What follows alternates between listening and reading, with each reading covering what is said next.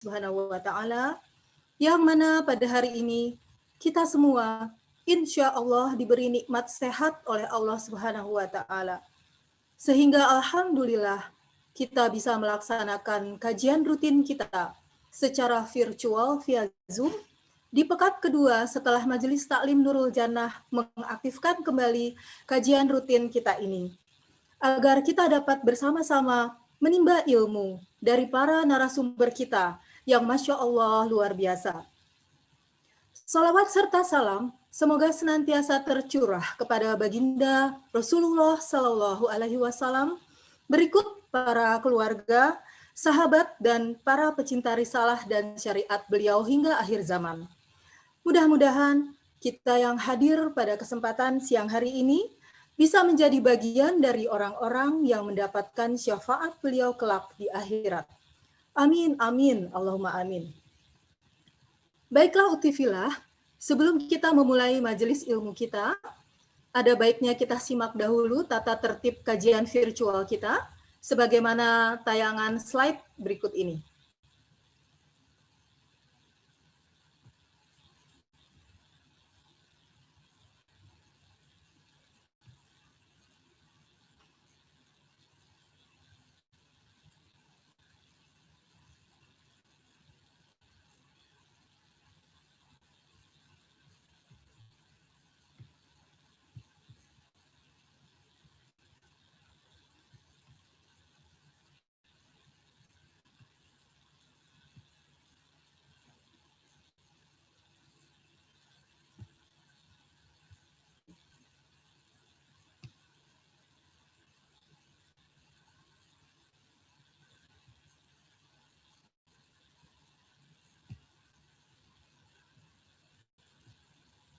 Baiklah Uktifilah, sebelum kita memulai majelis ilmu kita pada siang hari ini, marilah kita bersama-sama membaca basmalah, di mana kajian kita kali ini akan disampaikan oleh Ustazah Hani Nurul Husna LC, masih akan bersumber dari kitab fikih wanita, yaitu bab pernikahan halaman 614, yang insya Allah akan melanjutkan pembahasan mengenai mahram sementara.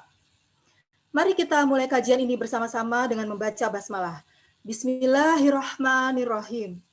Kepada Teh Hani kami persilahkan. Tafadol Teh Hani.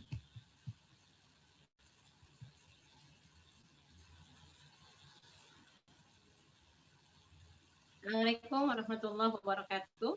Suara Teh Hani kedengeran? Terdengar Teh. Waalaikumsalam warahmatullahi wabarakatuh. Bismillahirrahmanirrahim. Assalamualaikum warahmatullahi wabarakatuh. Alhamdulillahilladzi an'ama bi ni'matil iman wal islam wa allafa baina qulubina fa asbahna bi ni'matihi ikhwana.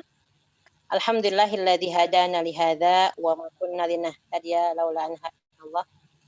Asyhadu an la ilaha illallah wahdahu la syarika lah wa asyhadu anna Muhammadan abduhu wa rasuluh alladzi la nabiyya ba'dah amma ba'du. Rabbi ishrah li sadri wa yassir li amri wahlul 'uqdatam min lisani yafqahu qawli.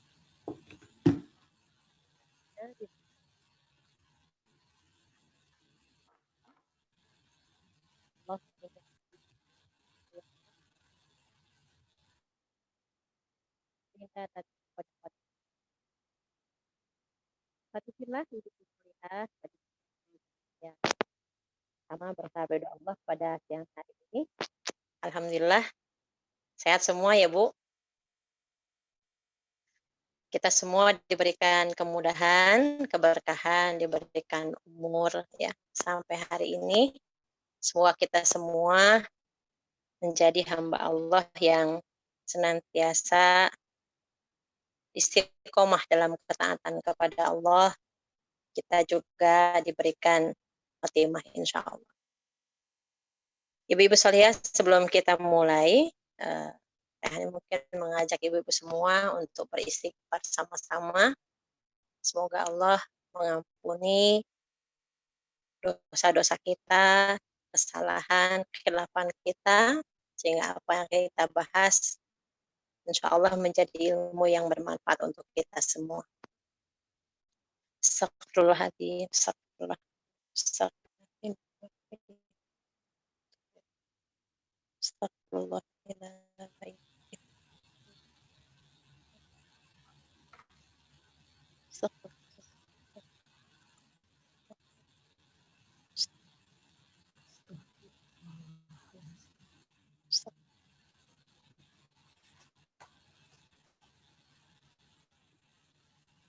Baik, Ibu Salihah, jazakumullah khairan, alhamdulillah. Lebih beda rasanya ya, insya Allah. Lebih tenang, dan mudah-mudahan kita semua bisa melanjutkan kajian fikih yang sempat tertunda ya. Semoga tetap semangat, walaupun masih tidak bisa bertemu secara langsung. Allah berikan kemudahan lewat virtual seperti ini.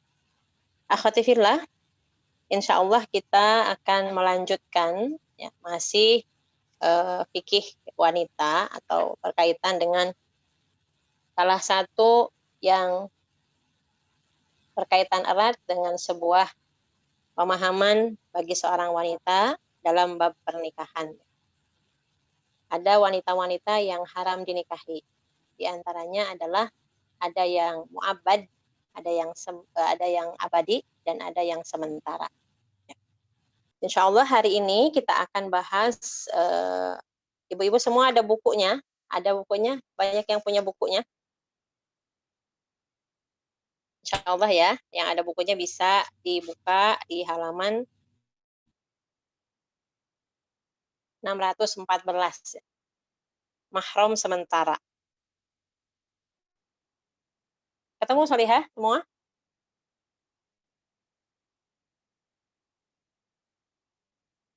Di halaman 614 ya.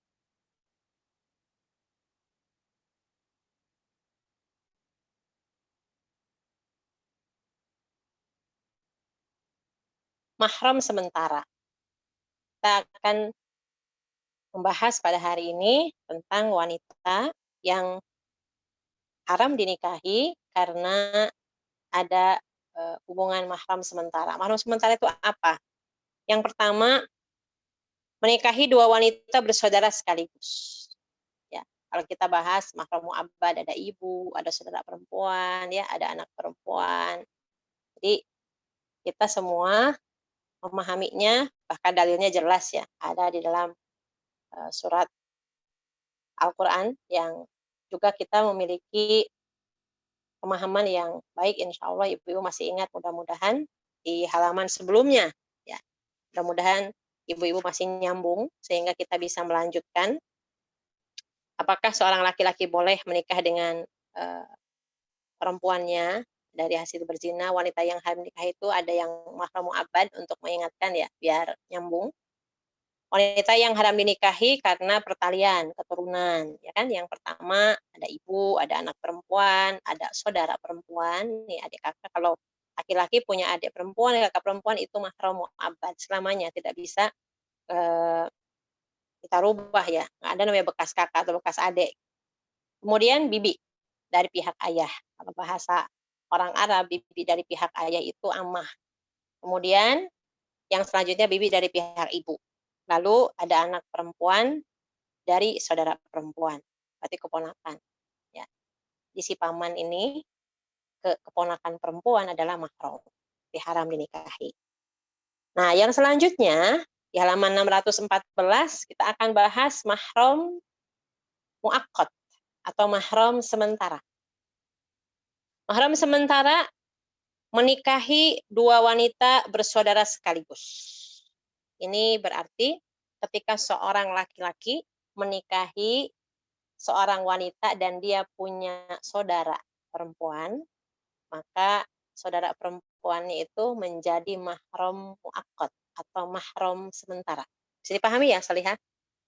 Jadi adiknya, istrinya yang perempuan atau kakaknya yang perempuan itu merupakan mahram muaqqat selama suaminya itu menjadi kakak ya ipar atau menjadi adik ipar. Tapi bukan berarti karena mahram haram menikahi kita bisa dengan vulgar gitu membuka aurat. Tetap kewajiban kita menutup aurat semaksimal mungkin, hanya kita berusaha untuk memahaminya, dia adalah seorang laki-laki selama menikah dengan adik atau kakak kita, itu mahram muakkad. Ya, hati-hati juga ketika kita memiliki ipar. Berarti untuk kita nih, kita membahasnya kita. Ini kan membahas tentang wanita-wanita, berarti tujuannya kepada laki-laki. Jadi laki-laki ini kalau memiliki istri, nah adik atau kakaknya istrinya itu adalah mahram muakkad. Gitu ya. Nah, sedangkan kita nih, kalau dilihat dari sudut pandang kita sebagai perempuan, kalau kita punya adik perempuan, punya kakak perempuan, dia punya suami. Gitu ya, Bu? Dia punya suami, kita nggak bisa disamakan dengan ke suami kita. Kan nggak apa-apa nih, ini mahram kita, walaupun sementara. Hati-hati, alhamu maut. Bahwa ipar itu al-maut. Rasul mengatakan ipar itu maut. Khawatir ternyata kita membuka aurat depan mereka, laki-laki yang menjadi mahram muakkad. Mentang-mentang mahram muakkad, akhirnya kita membuka aurat yang seharusnya ditutup. Jelas kita harus tetap menjaga pada menutup aurat kita depan mereka. Hanya artinya adalah mahram muakkad itu haram dinikahi. Nah, menikahi dua wanita bersaudara sekaligus. Nah, dari sisi laki-lakinya, ketika dia menikah dengan wanita dan dia punya adik perempuan atau kakak perempuan, maka haram bagi seorang laki-laki menikahi adik kakak perempuan yang kakak beradik itu sekaligus. Jadi kalau turun ranjang, maaf ya, kalau di Sunda mungkin ada turun ranjang, naik ranjang gitu. Ketika kakaknya kita nikahi si kakak nih, laki-laki ini menikahi kakaknya, kemudian meninggal kakaknya. Kemudian daripada ke orang lain, nah kebetulan adiknya belum menikah, nah, dinikahi adiknya. Ya, kalau mau, ternyata Masya Allah, turun ranjang atau naik ranjang. Ya, alam bisawab. Menikahi dua wanita bersaudara sekaligus. Seorang laki-laki tidak boleh. Kalimat tidak boleh berarti haram hukumnya. Menikah dengan dua wanita bersaudara dalam satu waktu. Ya, aku mencintai kakaknya juga adiknya gitu. Itu dalam Islam tidak boleh. Akan tetapi bila istrinya meninggal atau dia telah bercerai dengannya, maka boleh menikah dengan saudara perempuannya. Berarti jatuhnya putranya itu jadi bibinya ya, nikah ke bibi. Ya.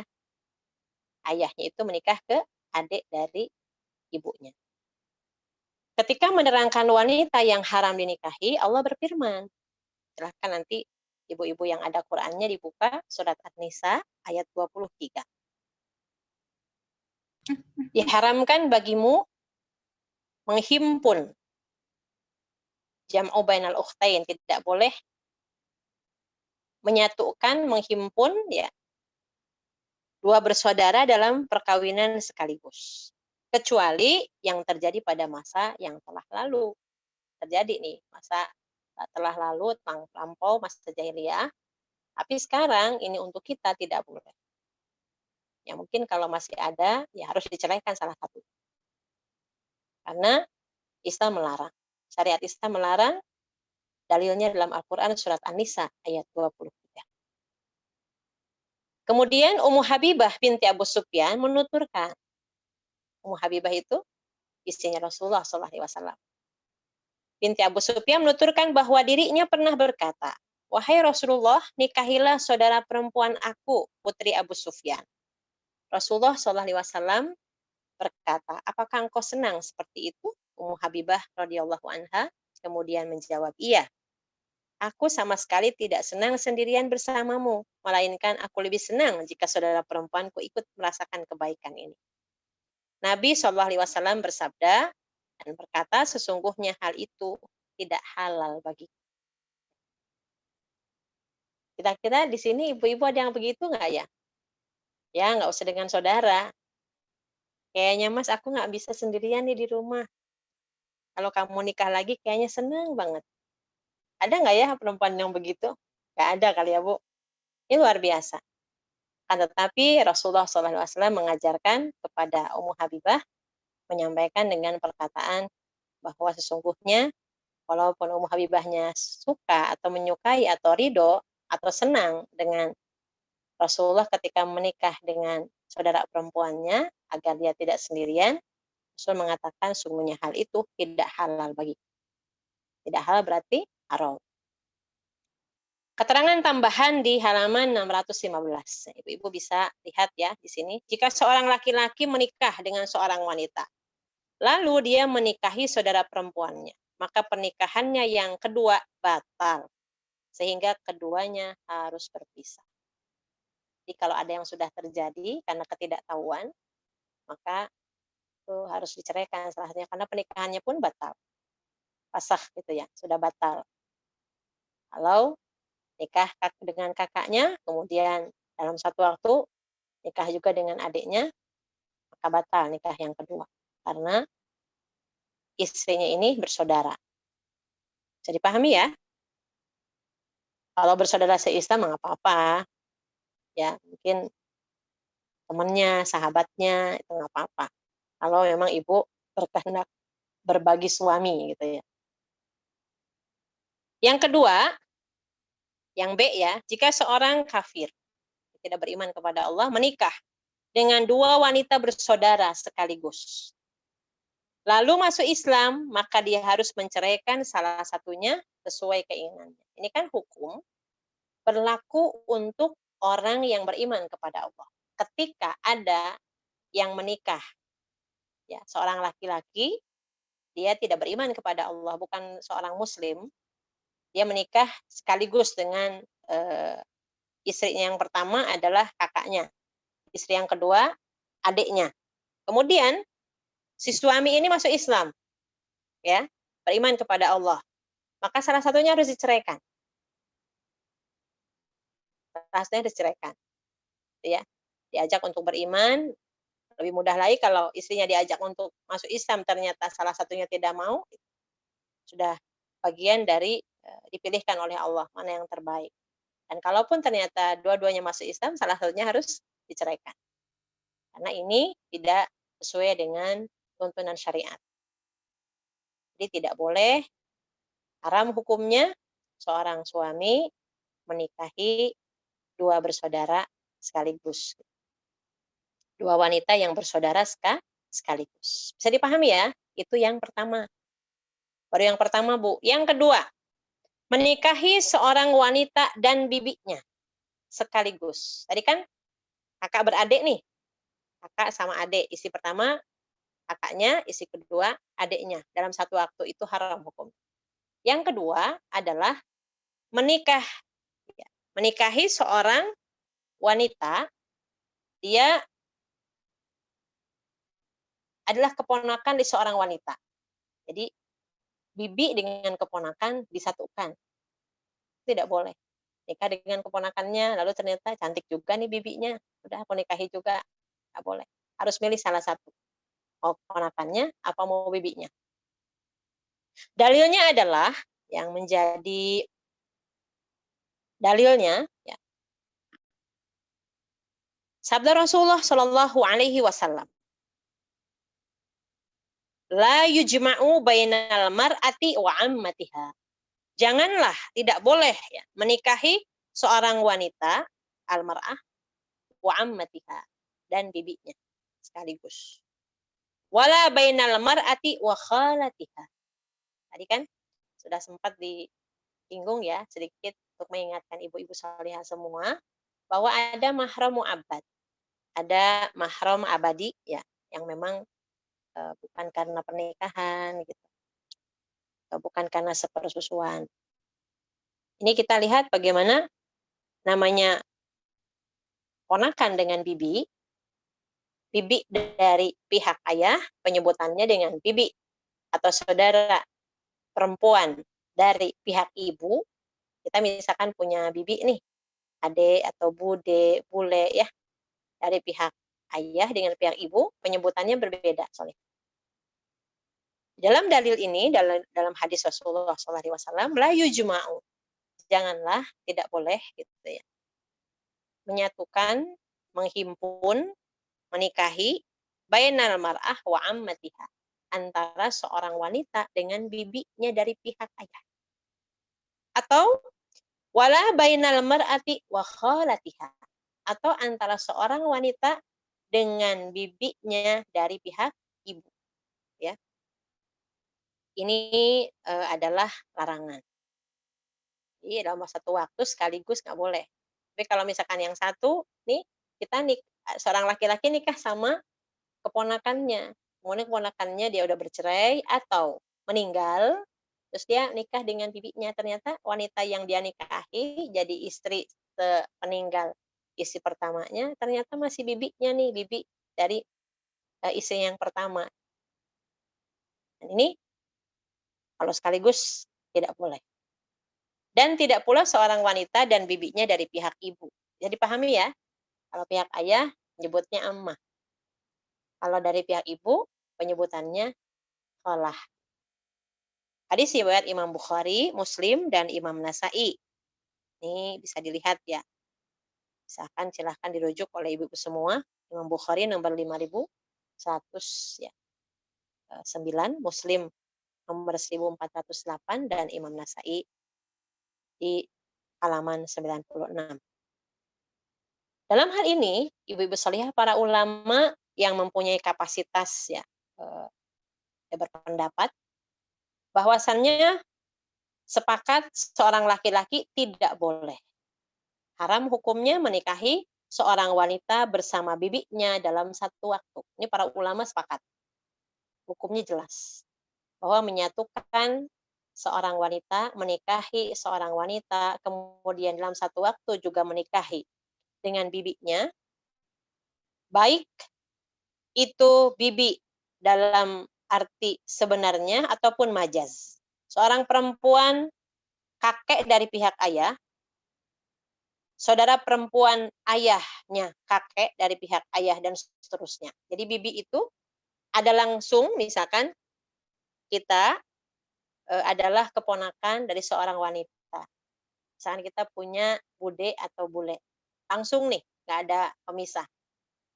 Ayah punya saudara perempuan, lalu kemudian punya anak perempuan. Atau misalkan ke atas gitu. Kakeknya disebutkan di sini ya, nggak apa-apa ibu pusing sedikit ya. Ayahnya kakek dari pihak ayah dan seterusnya. Gitu. Jadi ada saudara perempuan dari kakek, berarti langsung nyambung, ya. Jadi bukan hanya bibi, arti sebenarnya si keponakan ke bulenya atau budeknya, atau ke emang sama bibinya kalau di Sunda. Nah, istrinya paman itu bibi. Nah, kalau ternyata belum menikah, kan dia tetap bibi, adik ibu kita atau adik ayah kita. Ternyata dia masih gadis misalkan, masih muda. Ayah punya adik perempuan masih muda. Nah, kita menikah dengan seorang laki-laki. Laki-laki ini mau menikah juga dengan adiknya ayah kita. Haram hukumnya dalam sekaligus. Dalam waktu atau dalam satu waktu diharamkan. Semua wanita tersebut haram dinikahi. Ya, saudara perempuan nenek dari pihak ibu, tuh, saudaranya nenek aja nggak boleh. Jadi sepakatnya para ulama, bahkan bukan hanya bibi dalam arti bibi memang saudara langsung dari ayah atau ibu, tapi saudara perempuannya nenek pun sama. Ya, luar biasa. Kaidahnya ringkas, katanya disebutkan ya.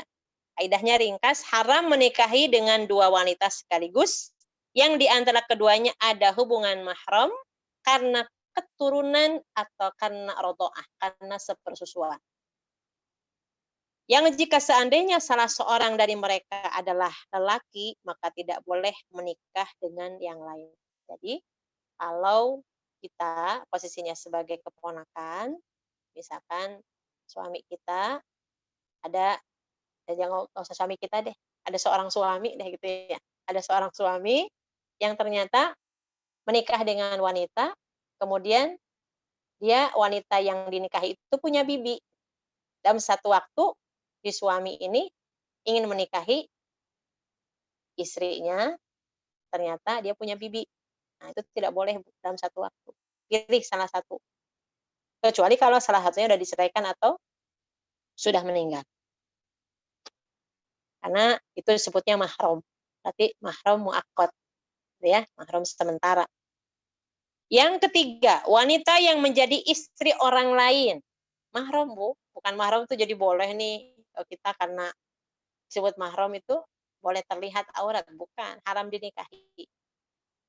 Berarti setiap wanita yang dia itu statusnya istri orang lain, itu tidak boleh dinikahi oleh laki-laki manapun. Titik.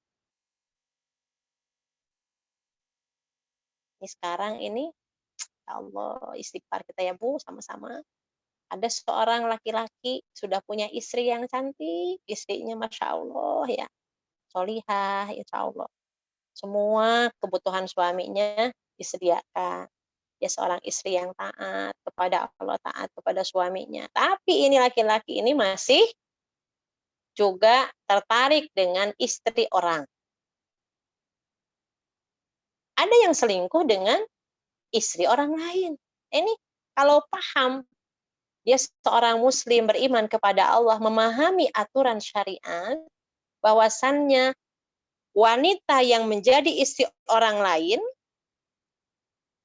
itu adalah mahram muakkad. Kalau dia seorang janda, dia sudah tidak bersuami, ya, dengan cara yang baik, dengan niat yang baik untuk memperistrinya, dia datang kepada walinya,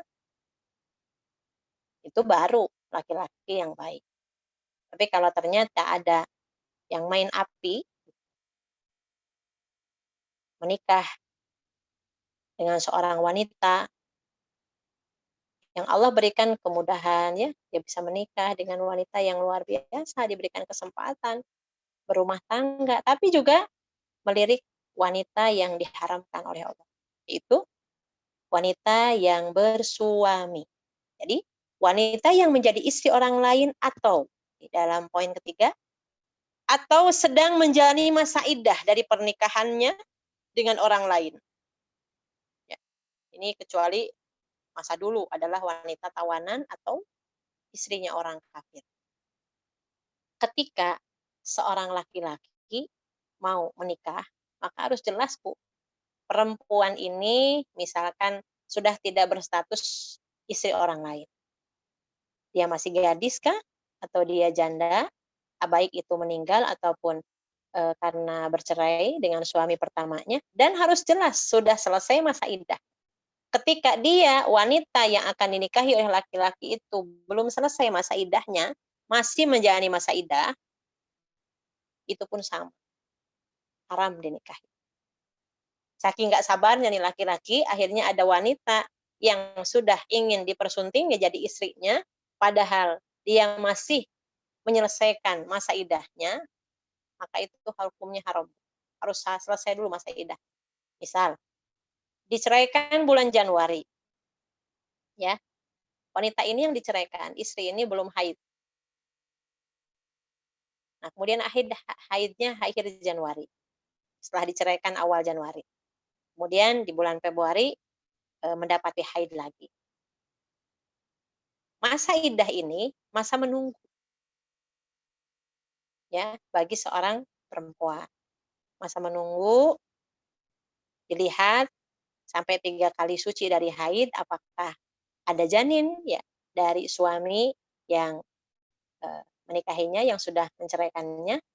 Kalau ternyata ada janin, jelas bahwa ini adalah janin dari benih dari ayahnya yang memang sudah menceraikan, ya, suami yang sudah menceraikan. Kalau sudah ketahuan hamil, misalkan ya, itu jelas ayahnya, karena masa iddah itu untuk mengetahui istibra ar-rahim, rahimnya kosong. Sehingga ketika ada seorang wanita yang sudah diceraikan oleh suaminya, masih masa iddahnya belum selesai, maka tidak ada laki manapun yang boleh mengkhitbah ataupun menikahi wanita itu sampai wanita tersebut menyelesaikan masa iddah. Jadi pahami ya, Solihah? Oke. Jadi mahram muakkad, wanita yang disebutkan wanita yang mahram sementara adalah menyatukan laki-laki haram menikahi dua wanita adik kakak sekaligus dalam satu waktu. Yang kedua adalah menikahi seorang wanita dengan bibinya dalam satu waktu. Kemudian yang ketiga adalah wanita yang menjadi istri orang lain itu adalah mahram untuk laki-laki manapun. Maksudnya haram dinikahi. Termasuk wanita yang baru diceraikan oleh suaminya, masih menjalani masa iddah, itu juga mahram muakkad, haram dinikahi. Dalilnya adalah dalam surat An-Nisa ayat ke-20. Sama ya, dan diharamkan juga kamu mengawini, menikahi wanita yang bersuami.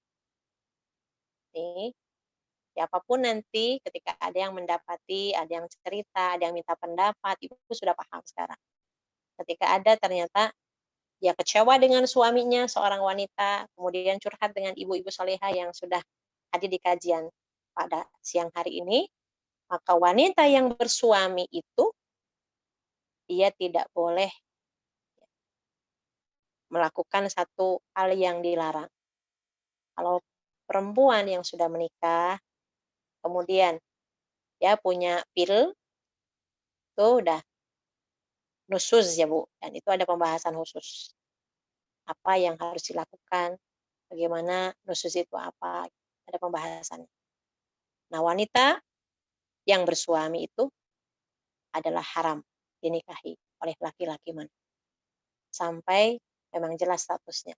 Apakah dia itu sudah bercerai dan selesai masa iddahnya, ataupun memang dia tidak bersuami atau sudah meninggal suaminya dan sudah selesai masa iddah. Beda ya Bu, masa iddah bagi seorang wanita yang diceraikan, dia menunggu 3 kali suci dari haid. Salah satu quru. Dan quru di sini pendapat para ulama adalah 3 kali suci dari haid. Kemudian kalau wanita itu meninggal oleh suaminya, maka masa iddahnya pun berbeda. Arba'ata asyhuri wa asyra. Berapa? 4 bulan 10 hari. Lumayan tuh. Kalau baru 2 bulan, baru 2 bulan nih suaminya meninggal. Terus ada yang meminang nih laki-laki. Baik misalkan sorohah langsung, saya mau mempersunting kamu jadi istriku. Ataupun dengan sindiran misal. Enak banget ya tehnya, coba kalau tiap hari dibikinin. Maksudnya ingin memperistrinya. Itu pun tidak bisa. Kita tidak bisa, seorang wanita tidak boleh menerima khitbah atau pinangan dari laki-laki sedangkan dia belum selesai masa iddahnya. Harus menyelesaikan dulu masa iddahnya. Paham ya, Solihah? Maksudnya kalian diharamkan bagi para laki-laki, kalian diharamkan menikah dengan wanita-wanita yang bersuami. Jadi Ibu, ini adalah hukum, ini syariat yang telah diatur di dalam Al-Quran, surat An-Nisa ayat 24, bahwasannya diharamkan bagi laki-laki manapun menikah dengan wanita yang telah bersuami, masih punya suami, masih statusnya istri orang lain. Kecuali jika mereka adalah tawanan perang, beda ya. Asra itu tawanan perang. Tawanan perang itu berbeda. Ibnu Abbas menyatakan, radhiyallahu an, setiap wanita yang bersuami jika ya disetubuhi, maksudnya ada hubungan, maka perbuatan tersebut adalah zina. Ada yang selingkuh, seorang laki-laki selingkuh dengan istri orang. Apapun itu tidak dibenarkan. Disebut dengan zani atau laki-laki pezina dan azaniyah, wanita yang zina. Kecuali wanita yang ditawan dalam perang. Ini bisa dilihat di tafsir ya Imam At-Tabari dan sanadnya sahih ya, bahwasanya pengecualian. ketika dalam peperangan perempuan-perempuan yang ditawan itu menjadi hamba sahaya masa itu. Sekarang sudah tidak ada ya Bu. Pendapat yang mirip dengan ini dinyatakan juga oleh Ibnu Mas'ud dan para ulama salaf yang lainnya. Pendapat ini diperkuat juga oleh sebab turunnya atau asbabun nuzul ayat tersebut. Dinyatakan bahwa dalam perang Hunain, ya peristiwa perang Hunain, Rasulullah SAW mengutus satu grup ya, sergu pasukan Muslim ke Autas. Mereka bentrok dengan musuh sehingga terjadilah pertempuran. Mereka berhasil mengalahkan musuh dan menawan beberapa wanitanya. Beberapa sahabat merasa keberatan untuk melakukan ya jima ya dengan mereka karena statusnya masih istri orang musyrik. Lalu Allah menurunkan ayat dan diharamkan juga kamu mengawini atau menikahi wanita yang bersuami kecuali budak-budak yang kamu miliki. Ini masa ketika Rasulullah SAW masih ada. Wa yauma Hunain. Ketika perang Hunain, jauh lumayan Bu dari Madinah kondisinya. Kemudian mereka mendapatkan tawanan wanita. Untuk menjaga semangat ya para pejuang saat itu, maka dihalalkan untuk seorang laki-laki ya hubungan dengan budaknya karena itu masih masa belum dihapuskan ya. Sekarang kan sudah tidak ada. Perbudakan sudah tidak ada, hamba sahaya juga sudah tidak ada. Sekarang ketika seorang laki-laki berstatus suami atau misalkan ada seorang laki-laki masih pemuda atau belum menikah. Dia ada hubungan ya, menjalin hubungan dengan seorang wanita yang bersuami. Kalau dia paham, dalam syariat diatur haram hukumnya karena ada mahram muakkad ini. Mahram sementara, selama wanita ini adalah istri dari orang lain atau bersuami atau wanita tersebut belum menyelesaikan masa iddahnya, maka dia adalah wanita yang diharamkan untuk dinikahi. Termasuk kategori wanita yang bersuami yang boleh dinikahi adalah wanita yang masuk Islam sedangkan suaminya masih kafir. Ini sudah fasah Bu, sudah batal sendiri. Misalkan suami istri, dia orang yang tidak beriman kepada Allah. Kemudian istrinya, nih wanitanya ini masuk Islam, sedangkan suaminya tidak. Itu sudah beda Bu. Itu sudah haram mereka hubungan lagi. Karena posisinya perempuan ini sudah muslimah gitu ya. Sedangkan suaminya masih kafir. Karena dengan masuk Islam wanita tersebut secara otomatis ya sudah ada fasakh dalam pernikahannya, berpisah dari suaminya yang musyrik. Silahkan dilihat dalilnya dalam surat Al-Mumtahanah ayat ke-10. Yang artinya bagaimana? A'udzubillahi minasyaitonir rajim ya. Silahkan ibu-ibu dibuka surat Al-Mumtahanah ada di juz 28 ayat ke-10. Biar berkah ya. Sama-sama boleh yang ada Qur'annya ibu-ibu buka surat Al-Mumtahanah ayat yang ke-10. Allah Subhanahu wa taala berfirman. A'udzubillahi minasyaitonir rajim. Bismillahirrahmanirrahim. Ya ayyuhalladzina amanu wahai orang yang beriman. Idza ja'akumul mu'minat muhajiratin famtahinuhun. Wahai orang-orang yang beriman, apabila datang wanita mukminat ya yang berhijrah kepadamu, ya perempuan-perempuan yang beriman, famtahinuhunna. Maka hendaklah kamu uji. Uji apa? Uji keimanan mereka. Allahu a'lamu biimanihin. Allah lebih mengetahui tentang keimanan wanita tersebut, ya mereka itu. Fa in alimtumuhunna mu'minatin fala tarji'uhunna ilal kuffar. Insyaallah ya. Syariat Islam tuh indah, Bu. Jika kamu telah mengetahui bahwa mereka benar-benar beriman, jadi bukan tipu-tipu, Bu, ya, bukan ada modus ya. Benar-benar beriman, maka jangan fala tarji'uhunna ilal kuffar. Jangan sampai wanita yang mukminah ini yang sudah beriman kepada Allah, yang datang kepadamu untuk memang berhijrah, jadi beriman dari tidak beriman, beriman kepada Allah, maka jangan kamu kembalikan mereka kepada suami-suami mereka yang belum beriman. Bagaimana caranya? Jelaskan setelah ayat tadi. Lahunna hillul lahum walahum yahilluna lahun. Kenapa tidak boleh dikembalikan kepada suami mereka? Mereka tidak halal bagi suami-suami yang belum beriman, yang kafir itu. Dan orang-orang kafir tidak halal pula bagi wanita-wanita yang telah beriman bagi mereka. Masya Allah, ini adalah satu hukum syariat ya, agar wanita yang sudah berhijrah, tapi suaminya belum beriman kepada Allah, maka jangan biarkan mereka kembali kepada suami mereka, khawatir akidahnya berubah lagi.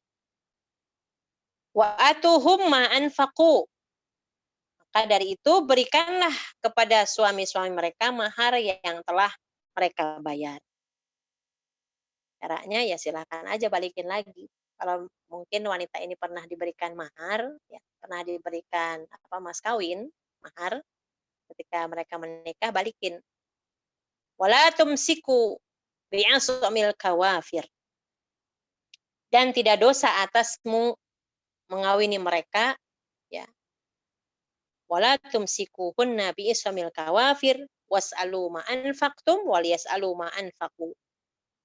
Dan posisinya kita harus paham ya, bahwasannya kalau memang ada seorang wanita yang berhijrah, beriman kepada Allah, kemudian agar tidak kembali lagi kepada kekafiran, kepada suami-suami mereka yang masih belum beriman, bisa pengaruh nih akidahnya, khawatir kembali lagi wanita ini, maka nikahi oleh laki-laki yang beriman kepada Allah. Caranya adalah dengan mengembalikan mahar kepada suami-suami mereka. Was'alu ma anfaqtum wa yas'alu ma anfaqu. Dzalikum hukmuhu. Demikianlah hukum Allah, Bu. Yahkumu bainakum wallahu alimun hakim. Allah Maha Alim, ya, Maha mengetahui yang kita tidak tahu. Hakim, Maha bijaksana. Ini ketentuan. Berarti semua wanita yang statusnya masih istri dari seorang laki-laki atau wanita ini masih bersuami dan wanita ini juga mungkin sudah bercerai dengan suaminya dan sudah bercerai tapi belum menyelesaikan masa iddah, itu adalah masih disebutkan sebagai mahram muaqqat atau mahram sementara. Yang keempat, wanita yang telah dicerai 3 kali tidak boleh menikah lagi dengan mantan suaminya, bekas suaminya, kecuali apabila telah menikah dengan orang lain, dengan pernikahan yang sah, dengan pernikahan yang benar, bukan pernikahan tahlil atau ya, ada pesan-pesan, tolong dong, kamu kan sahabat aku nih, nikahi dong mantan istriku, udah aku ceraikan 3 kali tapi kok sekarang makin cantik, ya udah diceraikan.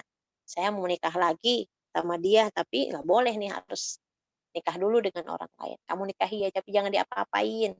Sebulan ceraikan ya, atau hanya 2 minggu ya, nggak boleh. Harus pernikahannya yang sah, ya, yang benar, bukan pesen-pesen, bukan tahlil. Ya.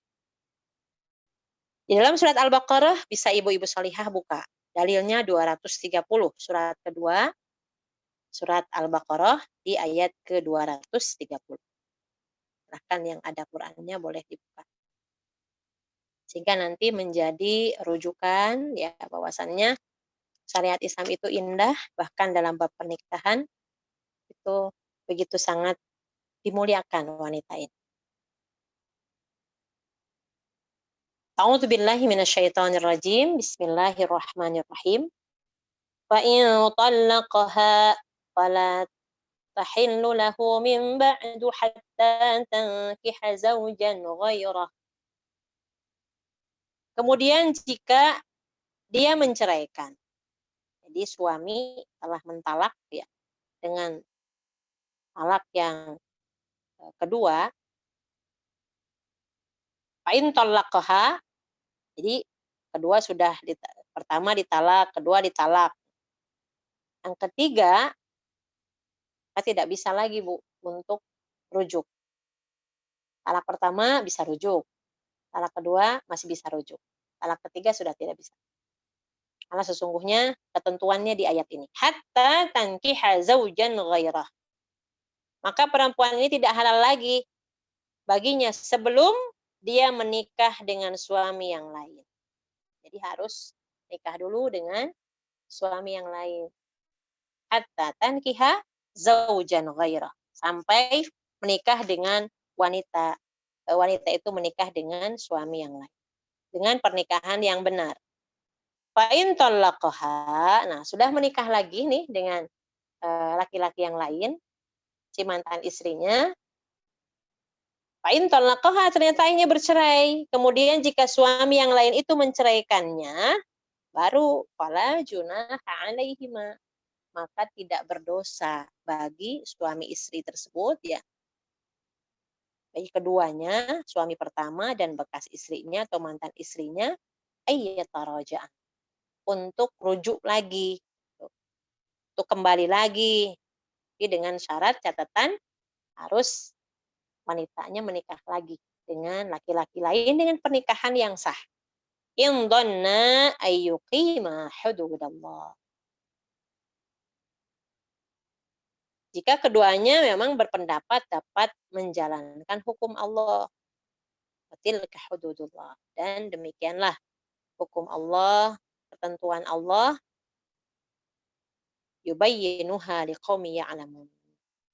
Dijelaskan, diterangkan dengan sangat jelas kepada orang-orang yang berpengetahuan. Ya, ilmu itu penting dalam sebuah ibadah ya. Salah satunya dalam bab pernikahan, enggak gegabah. Enggak apa-apa deh kayaknya gitu. Jangan diapa-apain ya, mantan istriku kamu nikahi sebulan aja terus ceraikan biar bisa nikah lagi dengan aku. Haram bu hukumnya. Jadi tidak sah nanti pernikahan. Namanya nikah tahlil, itu tidak boleh. Begitu ya Salihah, mudah-mudahan ibu-ibu bisa paham maksud dari ayat ini, menjelaskan tentang wanita yang telah dicerai 3 kali, itu mahram mu'aqqad, maksudnya haram dinikahi. Kecuali kalau wanita yang sudah diceraikan 3 kali oleh suaminya, wanita itu sudah menikah lagi, atau dinikahi oleh laki-laki lain dengan pernikahan yang sah dan yang benar. Kemudian suami keduanya ini menceraikan dengan alami saja, tidak ada perintah, tidak ada tekanan dari mantan suami yang pertama. Ketika sudah diceraikan silahkan. Ketika dua-duanya mau menjalankan hukum Allah, dan Allah Maha Tahu, Maha Bijaksana. Penjelasan lebih jauh tentang masalah ini akan dikupas ya, mungkin yang berkenaan nanti dengan bab tolak atau bab perceraian. Wallahu a'lam insyaallah. Paham Salihah? Yang keempat selesai. Yang kelima, di halaman 618. Wanita musyrik. Jadi ketika ada seorang laki-laki tertarik dengan wanita yang dia tidak beriman kepada Allah, maka haram hukumnya selama masih musyrik. Dalilnya surat Al-Baqarah ayat 221. Ini ketentuannya. Sebelahnya, Bu. Tadi kan di 230 nih sebelahnya. Kalau yang ada Quran di sebelahnya. Tadi kan di ayat 230 bab ketentuan untuk wanita yang dicerai oleh suaminya sudah 3 kali, harus nikah lagi dulu baru bisa rujuk dengan suami yang pertama. Itu pun dengan perceraian yang alami. Yang kelima ini wanita musyrik sampai dia masuk Islam. Dalilnya surat Al-Baqarah 221.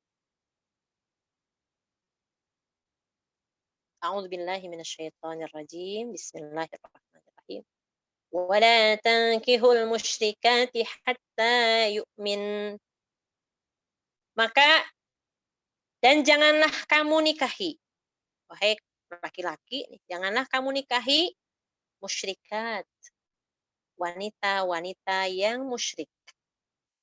Hatta yu'min, sampai mereka beriman. Wala amatum mu'minah, sungguh hamba sahaya perempuan yang beriman, hamba sahaya yang beriman maksudnya, khairum min musyrikah. Itu lebih baik, jauh lebih baik daripada wanita yang musyrik. Walau a'jabatkum, walaupun perempuan musyrik ini menarik hatimu, cantik gitu. Demikian juga wala tunkihul musyrikin, untuk kita nih. Janganlah kalian kaum wanita menikahi laki-laki yang musyrik. Hatta yu'minu, sampai laki-laki itu beriman. Wala 'abdun mu'minun khairum min musyriki walau a'jabakum. Sungguhnya seorang hamba sahaya laki-laki jauh lebih baik kalau mereka beriman dibandingkan laki-laki yang musyrik. Walaupun sangat tampan atau menarik hati. Ulaika yad'una ilan nar. Kenapa diharamkan untuk kita orang-orang yang beriman menikah dengan laki-laki yang musyrik atau seorang laki-laki menikahi wanita musyrikah? Karena mereka itu mengajak kepada api neraka. Wallahu yad'u ilal jannati wal maghfirati bi'idzni. Sedangkan Allah Subhanahu wa taala mengajak kita kepada surga, kepada ampunan dengan izinnya. Wa yubayyinu ayatihi linnas, dan Allah Subhanahu wa taala telah menjelaskan, menerangkan dengan jelas ayat-ayatnya la'allahum yatadzakkarun, agar mereka mengambil pelajaran, ibrah. Ini adalah larangan.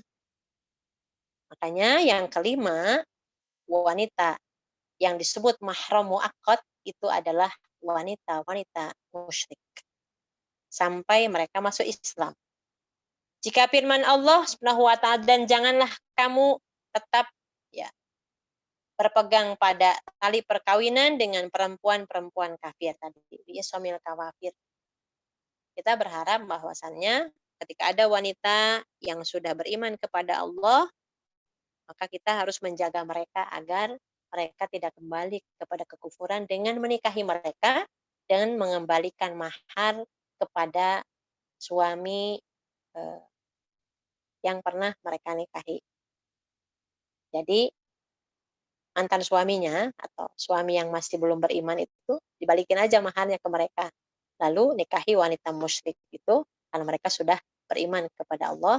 Ketika mereka sudah hijrah dan beriman kepada Allah untuk menjaga akidahnya, silahkan kaum laki-laki muslim menikahi wanita yang baru masuk Islam itu, agar tidak kembali kepada suaminya yang belum beriman. Dalam hadis Al-Miswar bin Makramah tentang peristiwa Hudaybiyah dalam Sirah Nabawiyah ya Ibu Shalihat, dinyatakan bahwa ketika ayat di atas turun, Umar langsung menceraikan 2 istrinya yang dia nikahi ketika masih musyrik. Keren ya, Umar bin Khattab melakukan itu. Ketika turun ayat yang melarang bahwa seorang laki-laki yang beriman menikahi wanita musyrik, maka Umar pun menceraikan istrinya yang dinikahi ketika masih dalam keadaan belum beriman kepada Allah.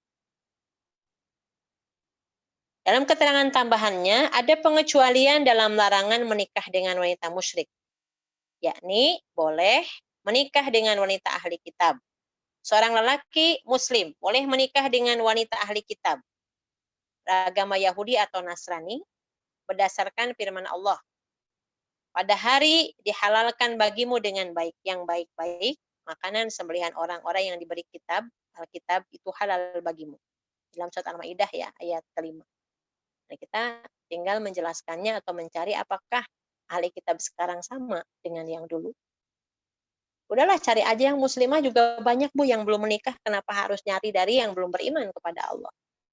Gitu ya. Jadi bagi Ibu Solihah yang punya anak laki-laki, jadikan rujukan bahwasannya memilih pendamping hidup ataupun kita memberikan satu penjelasan ya kepada anak, terutama yang punya anak laki-laki, umi, mama, bunda itu pengen punya menantu yang muslimah, yang solehah, cukup itu saja Bu syaratnya, nggak banyak-banyak. Muslimah, solihah, ya kan? Kesolehannya tergambar dengan ketaatannya, dengan menutup aurat. Itu sudah syarat yang sederhana. Muslimah, kemudian solihah. Ya kalau namanya juga solihah, alhamdulillah. Namanya juga itu alhamdulillah ya bertepatan dengan namanya. Begitu ya Ibu Solihah. Jadi ini adalah bagian dari yang harus kita pahami sama-sama, bahwasanya kita dilarang untuk menikah dengan laki-laki musyrik sampai mereka beriman. Walaupun sangat tertarik kita dengan mereka. Demikian juga sebaliknya. Lalu yang keenam, wanita yang berzina sampai bertobat. Wanita yang berzina sampai bertobat dan rahimnya dipastikan bersih dengan cara mengalami haid. Dia seorang perempuan, dia berzina. Kemudian seorang laki-laki menikah dengan perempuan itu. Harus jelas Bu, wanita ini tidak ada benih di dalam rahim. Istibra'ar rahim, ya, bara'atur rahim. Seorang laki-laki tidak boleh menikah dengan wanita yang berbuat zina. Silahkan Ibu merujuk ke surat 24, surat An-Nur. Ya. Dalam surat An-Nur jelas dijelaskan bahwa jodohnya laki-laki pezina itu perempuan pezina. Makanya, auzubillah ya, kita mohon perlindungan kepada Allah Subhanahu wa taala agar kita, pasangan kita, keturunan kita itu terhindar dari dosa yang besar, yaitu zina. Auzubillah. Karena sesungguhnya dosa zina itu juga termasuk dosa besar, dan azaniyatu la yankihu illa zanin aw musyrik. Jodohnya orang pezina itu adalah pezina lagi. Laki-laki pezina, pasangannya adalah perempuan pezina.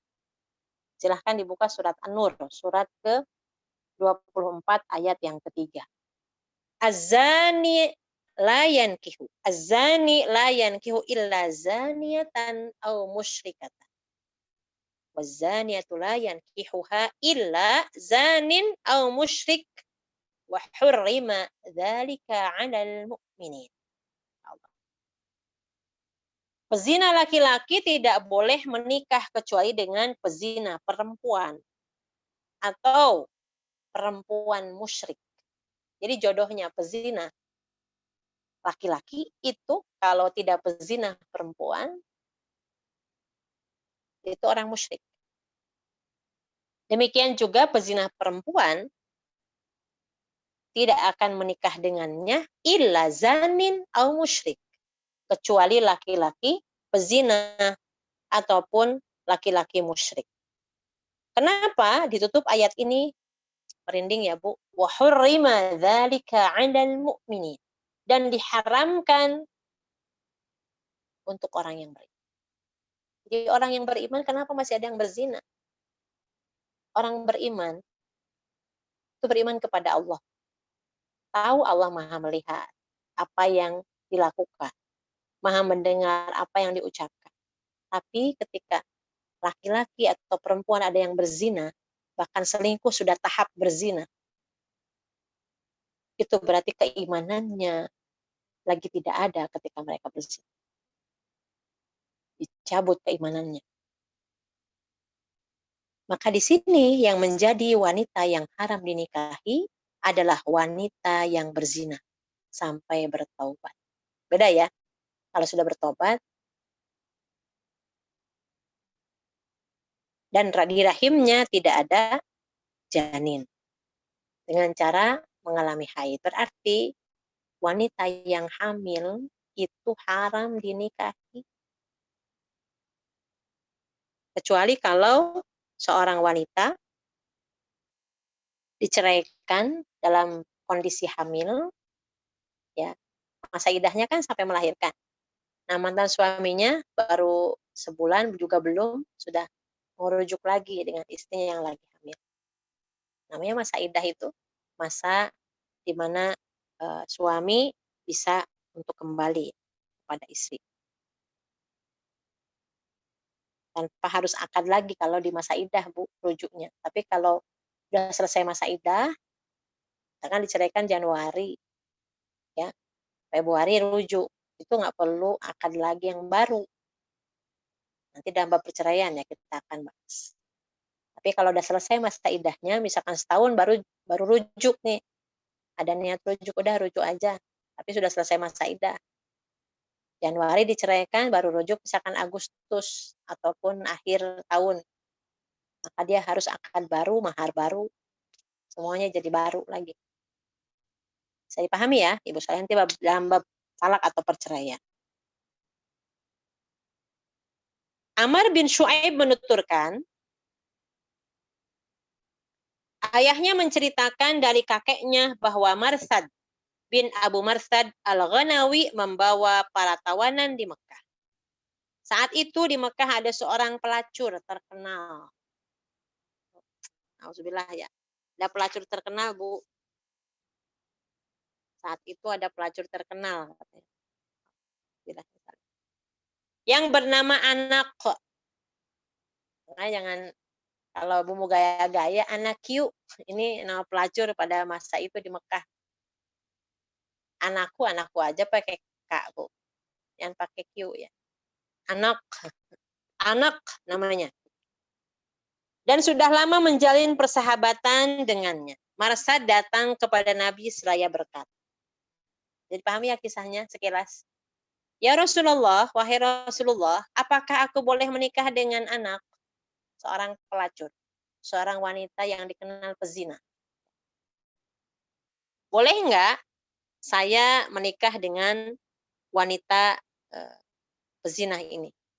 Anak namanya. Rasulullah SAW pun terdiam. Tidak memberikan jawaban kepada Marsad yang bertanya. Jadi, diamnya Rasul tidak memberikan jawaban pertanyaan dari anak tadi sampai turunlah ayat yang tadi sempat saya bacakan. Surat An-Nur surat 24 ayat ke-3 ya. Maka beliau pun memanggil. Di ayat tadi kan, dan perempuan yang berzina tidak dikawini atau tidak menikah melainkan dengan laki-laki pezina dan laki-laki musyrik. Maka beliau memanggilku setelah turun ayat itu, kata Marsad, dan membacakan firman Allah ini kepadaku. Lalu berkata, kamu jangan menikah dengannya. Dengan pelacur yang dikenal namanya Anak tadi.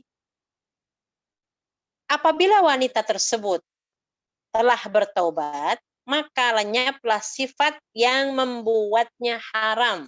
Tadinya diharamkan karena wanita itu pezina. Wanita itu masih aktif berzina. Tapi ketika dia sudah berhijrah, dia bertobat, maka lenyaplah sifat yang melekat yang membuatnya haram dinikahi atau menjadi dibolehkan. Rasulullah SAW lalu beliau bersabda dalam hadis riwayat Ibnu Majah, "At-taibu minadz-dzanbi kaman la dzanbalah." Kalau taubatnya benar-benar taubatan nasuha nih, yang menjadi pezina ini kemudian taubat dengan taubatan nasuha. Orang yang bertobat dengan taubatan nasuha dalam satu dosa, kedudukannya sama seperti orang yang kaman la dzanbalah, tidak ada dosa. Selain tobat, syarat lain wanita tersebut boleh dinikahi adalah dipastikan rahimnya bersih dengan adanya haid, tidak mengandung janin dari hasil perzinahannya. Ini berdasarkan sabda Rasulullah SAW tentang wanita tawanan, al-masbiyat namanya.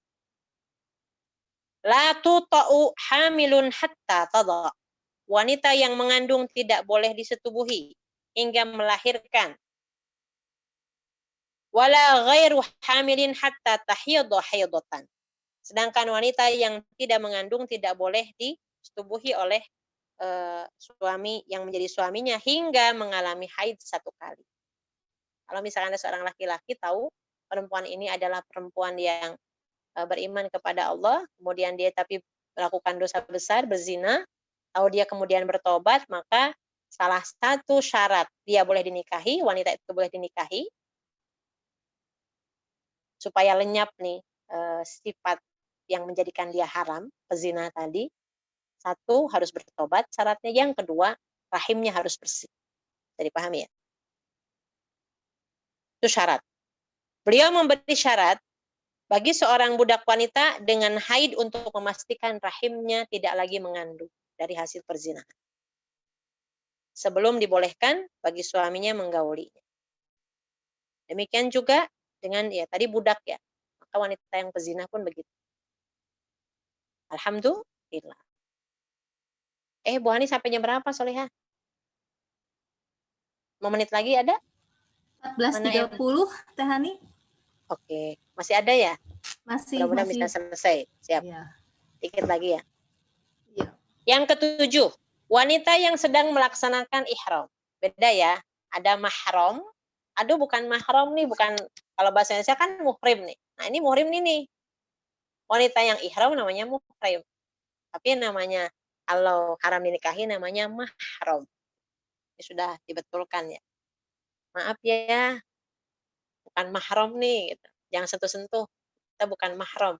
Jadi bahasanya bukan muhrim tapi mahram. Ya. Kalau muhrim itu yang lagi ihram, yang belum bertahalul. Wanita yang sedang melaksanakan ihram sampai tahalul. Misalkan ada seorang ibu memiliki putri, masih gadis. Kemudian melaksanakan umroh, ya, lagi ihram, kemudian tertarik gitu. Ada seorang laki-laki soleh, pintar, ya, masih muda, yang membimbing umrohnya. Ini contoh aja.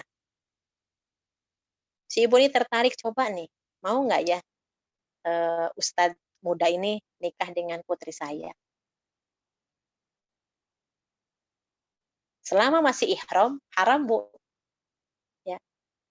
Putri ibu itu haram menikah dengan laki-laki manapun. Sampai selesai, sudah ihramnya selesai, ya.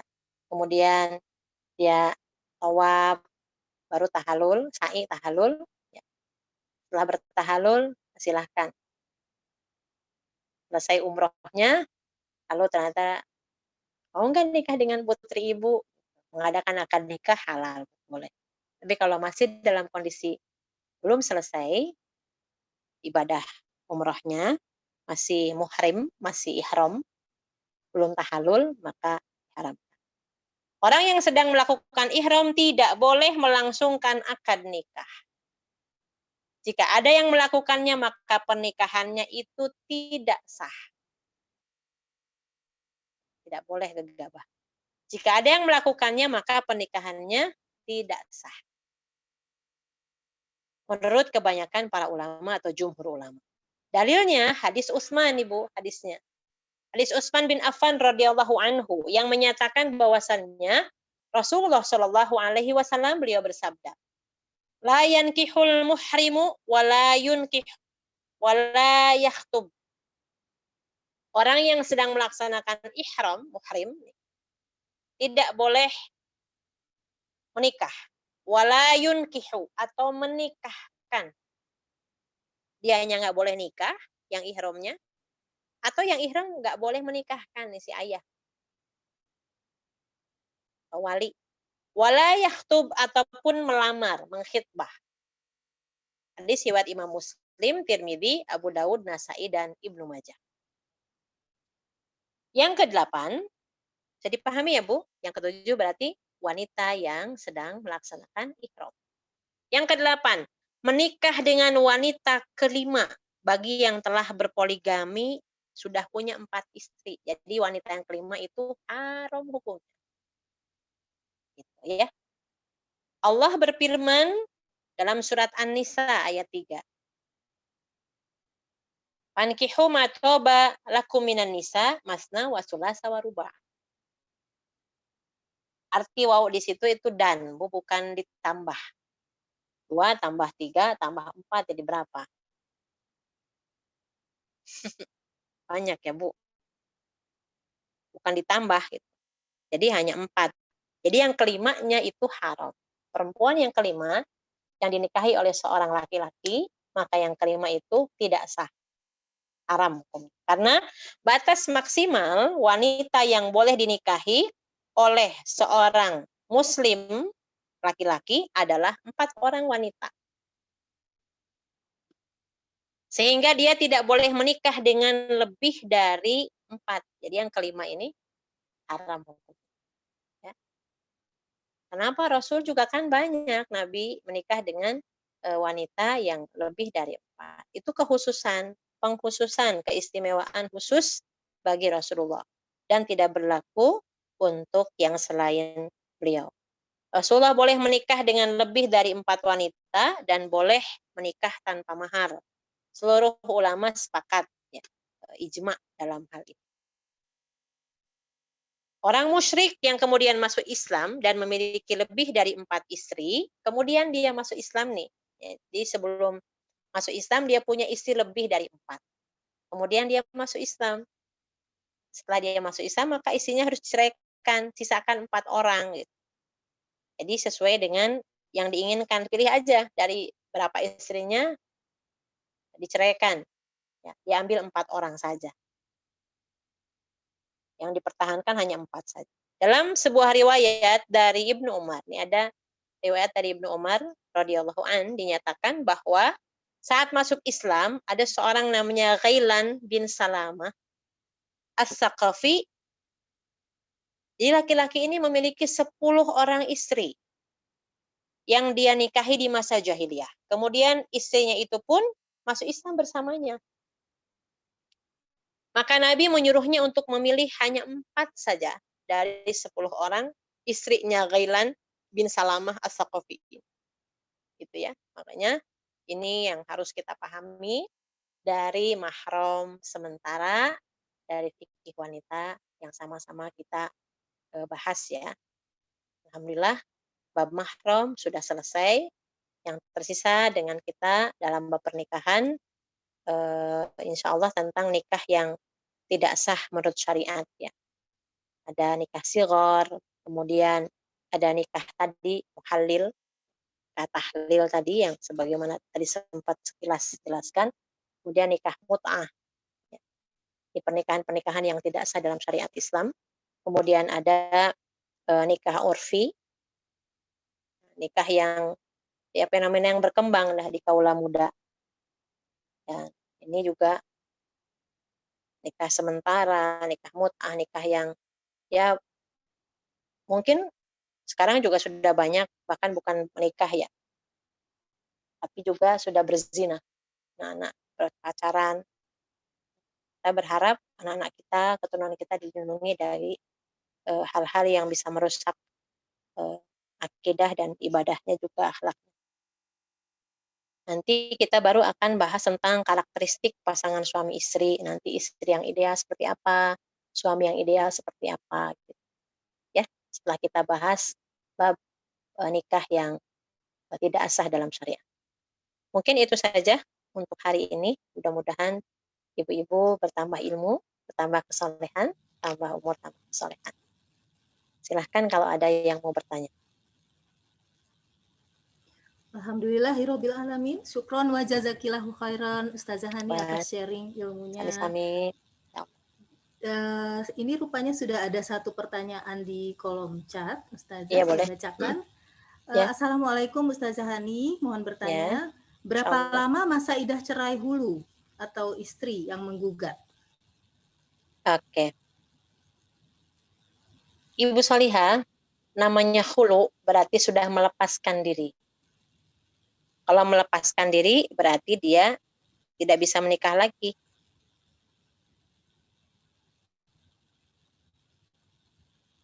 Begitu Solihah. Ya kan sudah ganti baju nih, udah lepasin bajunya sendiri, dibalikin maharnya dalam syariat Islam kan gitu. Makanya di Indonesia ini kalau ada ibu-ibu yang menggugat itu biasanya nanti suaminya dipanggil lagi, kemudian menjatuhkan talak, suaminya jadi cerai biasa lagi dan tidak ada pengembalian mahar. Ya, yang Bu Hani ketahui seperti itu dalam kompilasi Islam. Akan tetapi bagi siapapun yang ada uzur atau ada alasan yang kuat, misalkan suaminya KDRT, kemudian tahu-tahu tidak ada kabar, tidak memberikan nafkah, kemudian ketika waktu menikah membacakan sigot taklik, ya, sigot taklik, apabila misalkan saya tidak ada kabar ataupun tidak memberikan nafkah lahir batin kepada istri saya, kan selama berapa tahun Bu di sigot taklik itu? Misalkan 2 tahun berturut-turut, maka jatuh talak 1 kepadanya. Isinya ngajuin nih, bayar uang 10.000 kalau nggak salah. Nah, Solihah, bagi siapapun kita, dalam bab perceraian nanti kita akan bahas ya. Insya Allah, mudah-mudahan ada umur. Jadi dalam bab cerai itu ada, kan cerai itu dari suami, Bu. Akad nikah, perceraian, rujuk itu sebetulnya dari suami.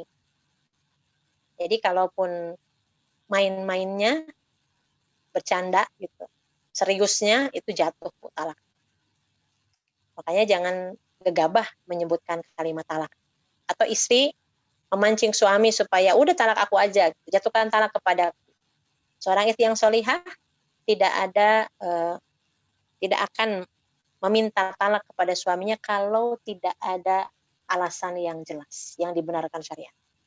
KDRT, kemudian suaminya mungkin berzina, selingkuh yang perselingkuhannya ada pengakuan atau ada bukti yang kuat, kemudian istri sudah tidak bisa lagi untuk menjalankan kewajibannya karena kondisinya suami yang melakukan sesuatu yang akhirnya istri tidak bisa maksimal, ada alasan yang kuat untuk bercerai dan dibenarkan.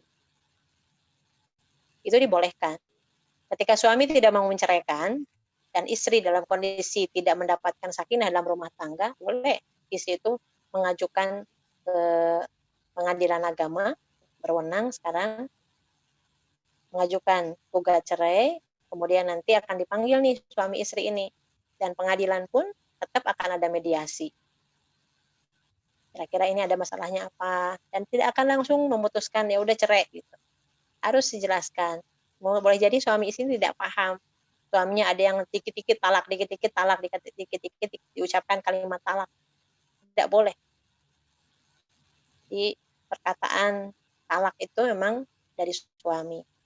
Jadi istri ketika memang ada hal yang tidak memungkinkan untuk dilanjutkan pernikahan, boleh mengajukan ke pengadilan. Tapi pengadilan juga tetap punya kewajiban untuk bisa supaya tidak terjadi perceraian.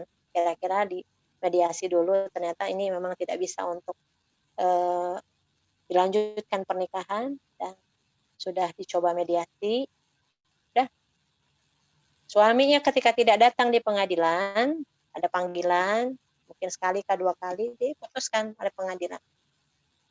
Ketika keluar surat itu, maka ya sudah bukan suami istri lagi. dan ibu punya masa iddah selama 3 kali suci dari haid. Nah, silahkan selesai iddah, ibu bisa menikah dengan laki lain. Ya. Begitu Solihah. Ya. Baik, Ustazah. Berikut ada yang sudah raise hand dari Ya, Ibu langsung Nazwa. Bu Naz. Ya, Silakan kami Bu Nazwa. Boleh mau silakan, Bu langsung. Nazwa. Bismillahirrahmanirrahim. Assalamualaikum warahmatullahi wabarakatuh. Assalamualaikum warahmatullahi wabarakatuh. Ustazah, apakah masalah perbudakan ada keterangan dari sejak kapan dihapuskan? Karena ada beberapa yang masih budak boleh digauli. Kemudian yang dimaksud dengan ahli kitab pada zaman ini masih ada atau tidak? Ya. Terima kasih. Baik. Assalamualaikum warahmatullahi Wah, luar biasa ya pertanyaannya. Ibu Solihah, perbudakan sejak peperangan ya, ketika masa Rasulullah SAW, perbudakan itu pun kondisinya bukan perbudakan yang kita kenal, disuruh-suruh. Jadi budak itu apa? Budak wanita itu apa? Hamba sahaya itu apa? Nah, ketika ibu membuka dalam satu surat yang ada di dalam Al-Quran ya, yang tadi, illa ma malakat aimanukum. Contoh misal, coba ibu buka surat Al-Mu'minun. Qad aflahal mu'minun. Sungguh bahagianya orang yang beriman. Salah satu kriterianya adalah mereka senantiasa menjaga kehormatannya, menjaga kemaluannya, kecuali kepada istrinya dan kepada hamba sahayanya. Ya, sekarang hamba sahaya itu apa sih? Gitu. Kedudukannya memang lebih rendah daripada pembantu, gitu, bisa diperjualbelikan. Nah, sekarang sudah tidak ada lagi, Bu, sudah dihapuskan. Hamba sahaya itu sudah tidak ada lagi. Jadi ketika masih ada Rasulullah, setelah itu sudah tidak ada lagi, Bu. Mamalakat aimanukum, perbudakan atau hamba sahaya. Contoh misal, Zaid bin Harithah itu adalah hamba sahayanya Khadijah. Rasul sangat sayang sekali kepada hamba sahayanya itu.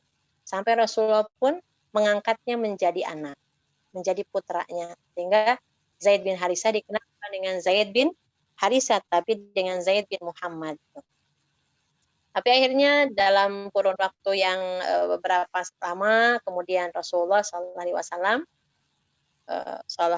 itu menyayangi Zaid bin Harithah ini.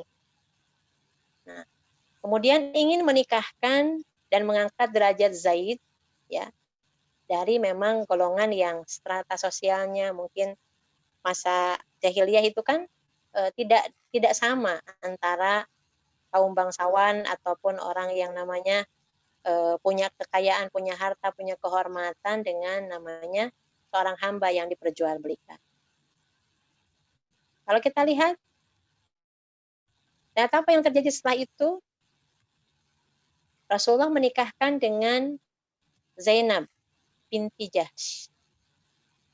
Nah, Zainab ini wanita yang sangat cantik, wanita yang terhormat, kemudian dinikahkan dengan budaknya Khadijah, yaitu yang diangkat menjadi putranya oleh Rasulullah SAW. Rumah tangganya tidak baik. Dan Rasulullah SAW pun meminta kepada Zaid, udah bertahan aja rumah tangganya walaupun memang ada masalah gitu, karena memang berbeda. Zainab wanita cantik, mungkin Zaid biasa-biasa saja. Zainab wanita yang kaya, dari golongan orang kaya, kemudian Zaid itu orang yang memang orang miskin gitu. Dan dengan adanya Islam itu ingin menghapuskan itu, tapi kan tidak bisa langsung, pelan-pelan gitu. Sampai akhirnya Rasulullah SAW pun diperintahkan oleh Allah dalam surat Al-Ahzab surat 33 ya, untuk menikahi istri bekas anak angkatnya. Kan sudah bercerai karena tidak bisa lagi dipertahankan. Terjadi perceraian antara Zaid dengan istrinya. Nah, sekarang mengenai perbudakan yang berkaitan dengan perempuan bagaimana? Salah satunya adalah Rasul pernah diberikan hadiah 2 orang perempuan oleh gubernur Mesir. Namanya, suara Tehani jelas nggak Solihah ya?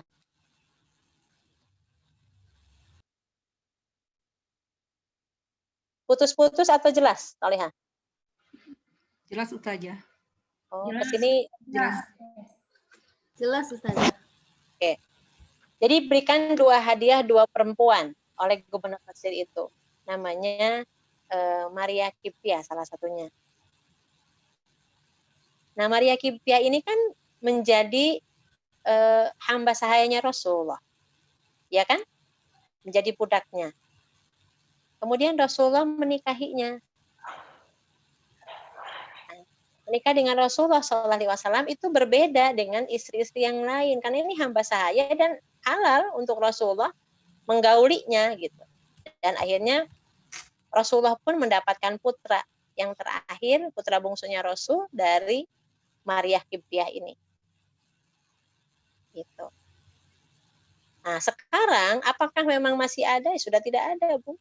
Karena kondisinya dengan wafatnya Rasulullah SAW pun sudah tidak ada lagi, Bu. Namanya perbudakan ini ataupun hamba sahaya ketika dalam beberapa hukum syariat, contoh misalkan, ketika kita melanggar sumpah, misalkan wallahi dilanggar sumpahnya, saya tidak melihatnya, padahal kita melihatnya, maka salah satunya adalah dengan membebaskan budak. Bahkan ketika seorang perempuan atau seorang suami, seorang istri, hubungan suami istri di siang hari Ramadan, ya, di siang hari Ramadan bukan karena lupa, tapi sengaja, maka ada kafarohnya juga, Bu.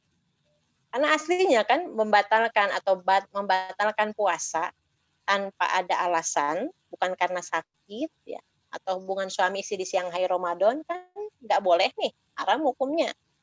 Nah, ternyata suami ini mendatangi istrinya, hubungan suami istri. Salah satunya, kenapa ada, kok ada perbudakan sih, ada hamba saya, dalam hukum syariat pun menjadi salah satu kafaroh bagi pasangan suami istri yang melakukan hubungan suami istri di siang hari. Apa sih tebusannya untuk menebus kesalahan ini? Yang pertama, bisa dengan puasa 2 bulan berturut-turut. Ya, harus puasa 2 bulan berturut-turut, sebulan aja batal katanya tuh. Karena memang berat tuh dosanya, besar kalau tidak ada, bukan karena sakit atau musafir atau ada uzur yang dibenarkan. Atau membebaskan budak. Coba dilihat nanti dalam surat Al-Mujadalah, ini hubungannya beberapa hukum syariat pun, kafarah sumpah, kafarah seseorang yang mendatangi istrinya di siang hari Ramadan, kemudian terjadi hubungan suami istri padahal diharamkan pada siang hari Ramadan, maka tidak cukup. Kalau tidak mampu bagaimana? Ya udah, berarti memberi makan kepada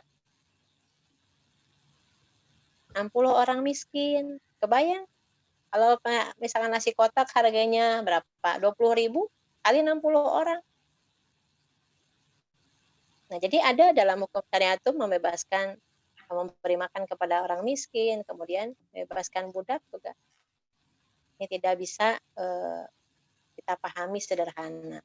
Nah, tidak bisa disamakan dengan sekarang misalkan ada pembantu, maaf ya, yang bekerja misalkan di satu negara, memahami bahwasannya pembantu itu ya budaknya, jadi bisa digauli, tidak boleh. Itu tetap siapapun wanita saat ini setelah dihapuskannya perbudakan, maka halalnya wanita itu dengan diberikan mahar, dengan dinikahi, harus ada syarat-syarat dan hukumnya.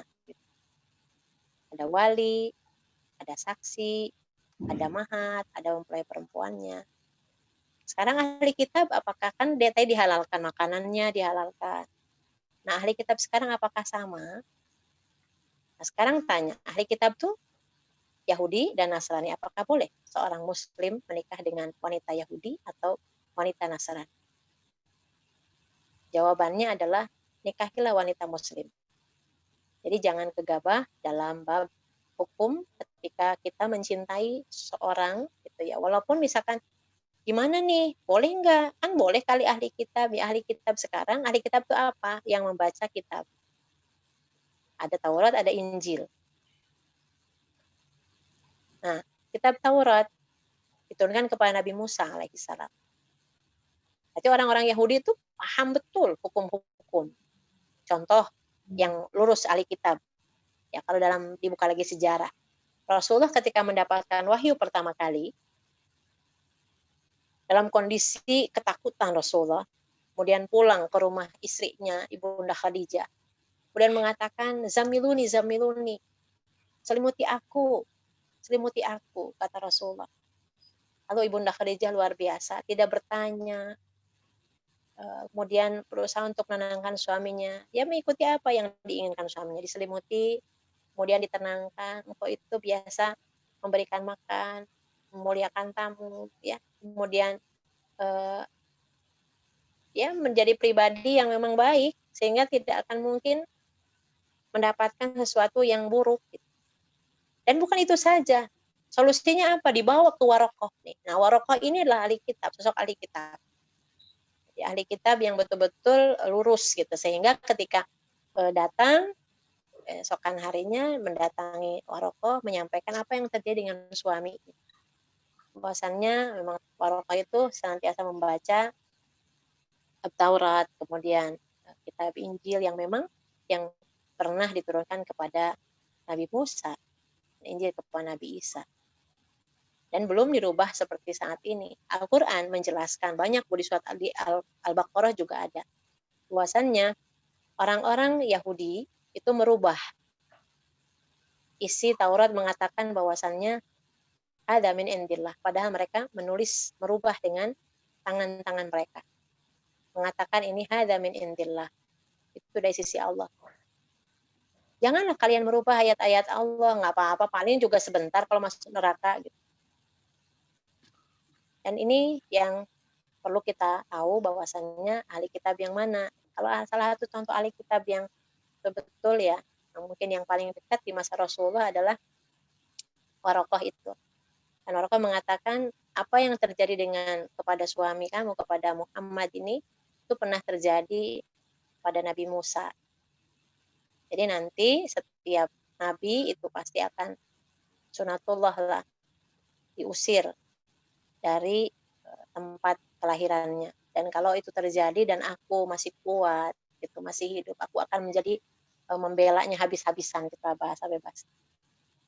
Maka itu yang disebut ahli kitab yang dihalalkan sembelihannya, yang dihalalkan ya seorang wanita dari ahli kitab untuk menikah dengan, atau seorang muslim menikah dengan wanita ahli kitab. Begitu. Jadi kalau untuk sekarang, cari aja wanita muslimah, seorang laki-laki, cari pasangan itu yang paling utama adalah akidah. Harus sama. Karena jelas tadi ayatnya dalam surat Al-Baqarah ayat 221. Wala tunkihul musyrikat. Janganlah kalian laki-laki, kaum laki-laki muslim yang beriman kepada Allah menikahi wanita-wanita musyrik. Ya, itu mungkin walau alam bisawab, semoga tidak puas ya, karena mungkin bab kapan itu dimulainya, sejak Nabi Yusuf juga menjadi hamba kan dari Zulaikha ataupun dari Imra'atul Aziz. Tapi Nabi Yusuf menjaga dirinya, tidak melakukan apapun yang diinginkan oleh Imra'atul Aziz. Jadi ini adalah bagian dari yang mungkin harus kita baca lagi, termasuk teteh juga, sama-sama kapan dan kapan juga berakhirnya. Yang jelas untuk saat ini sudah tidak ada, dan bagi kita cukup setiap muslimah memahami untuk hati-hati dalam melakukan apapun, harus dilihat boleh tidak hukumnya, kemudian makanan juga halal atau tidak, walaupun memang dijelaskan di Al-Quran untuk ahli kitab. Tapi ahli kitab sekarang apakah sama dengan yang dulu? Wallahu a'lam bishawab.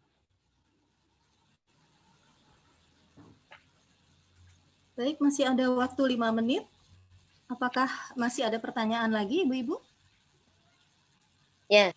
Silakan, Bu.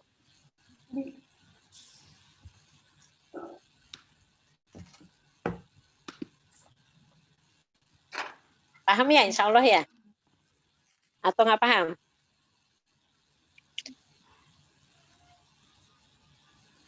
Baiklah, kalau sudah tidak ada pertanyaan lagi, dengan berakhirnya penjelasan atas pertanyaan-pertanyaan jamaah tadi, maka selesai sudah majelis ilmu kita pada hari ini. Mohon maaf, mungkin bila ada yang masih mau mengajukan pertanyaan nanti di kesempatan berikutnya. Sebagai penghujung majelis ilmu kita pada hari ini, mohon kesediaan Ustazah Hani untuk menutup dengan doa, Ustazah. Baik. Bibi Solihah, kita istighfar sama-sama. Astagfirullahaladzim, astagfirullahaladzim, astagfirullahaladzim. Astagfirullahaladzim, la ilaha illallah wal hayyul qayyum wa atubu ilaih. Astagfirullahaladzim, la ilaha illallah wal hayyul qayyum wa atubu ilaih. Allahumma rabbana dhalamna anfusana wa illam taghfir lana wa tarhamna lanakunanna minal khasirin. Allahumma rabbana ighfir lana dzunubana wa liwalidina wa li jami'il mu'minina wal mu'minat al ahya minhum wal amwat bi rahmatika ya arhamar rahimin. Allahumma ya muqallibal qulub tsabbit qulubana ala dinik wa ya musarrifal qulub sarrif qulubana ala ta'atik. Allahumma rabbana taqabbal minna innaka antas samiul alim wa tub alaina innaka antat tawwabur rahim. Allahumma rabbana la tuzigh qulubana ba'da idh hadaitana wa hab lana min ladunka rahmah innaka antal wahhab. Allahumma arhamna bil Qur'an waj'alhu lana imama wa nura wa huda wa rahmah. Allahumma dzakkirna minhu ma nusina wa 'allimna minhu ma jahilna. Warzuqna tilawatahu ana al-laili wa atrafan nahar waj'alhu lana hujjatan ya rabbal alamin. Allahumma rabbana la tuzigh qulubana ba'da idh hadaitana wa hab lana min ladunka rahmah innaka antal wahhab. Allahumma ya rahman ya rahim, Allahumma ya aziz ya karim, ya dzal jalali wal ikram. Allahumma inna nas'aluka bi asma'ikal husna ma 'alimna minha wa ma lam a'lam anta fir lana wa tarhamna. Allahumma rabbana hab lana min azwajina wa dzurriyyatina qurrata a'yun waj'alna lil muttaqina imama. Rabbi ij'alna muqimas salati wa min dzurriyyatina rabbana wa taqabbal du'a. Allahumma ya Allah, inna nas'aluka bi asma'ikal husna ma 'alimna minha wa ma lam a'lam anta fir lana wa tarhamna. Allahumma inna nas'aluka khairal mas'alah wa khairal du'a wa khairal najah wa khairal ilmi wa khairal amal wa khairat thawab.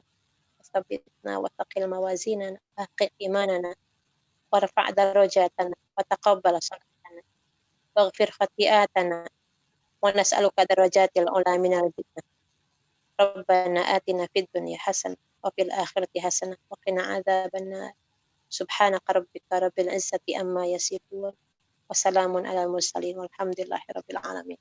Subhanakallahumma bihamdika asyhadu an la ilaha illa anta astaghfiruka wa atubu ilaik. Assalamualaikum warahmatullahi wabarakatuh. Waalaikumsalam warahmatullahi wabarakatuh.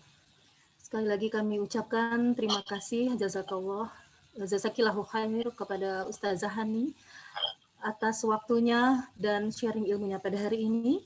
Insya Allah ilmu yang kita dapatkan pada hari ini akan sangat bermanfaat bagi kita semua sekarang dan seterusnya. Amin ya rabbal alamin. Sebelum kami undur diri, kami mohon izin dan waktunya sejenak untuk dapat ibu-ibu kiranya menyaksikan tayangan berikut ini. Silakan, Mbak Ai.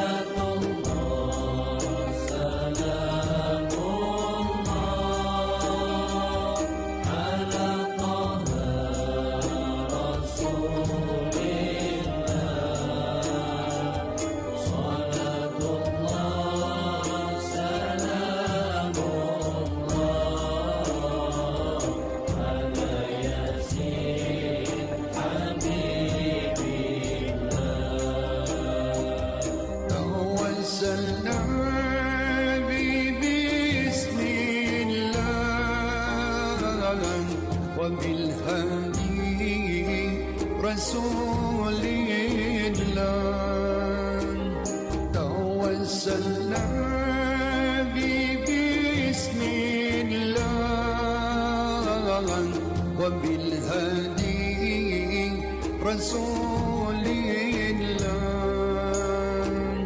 وكل مجاهد لله بأهل البدر يا الله.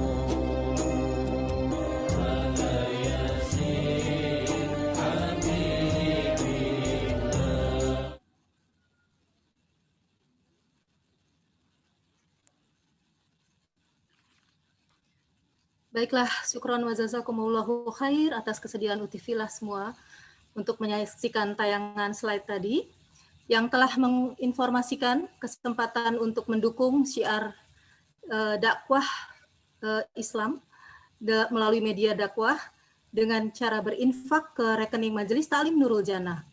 Insya Allah kami akan menjaga amanah dalam memanfaatkan dana yang diinfakkan oleh para jamaah sekalian. Sampai berjumpa lagi di kesempatan kajian pekan depan.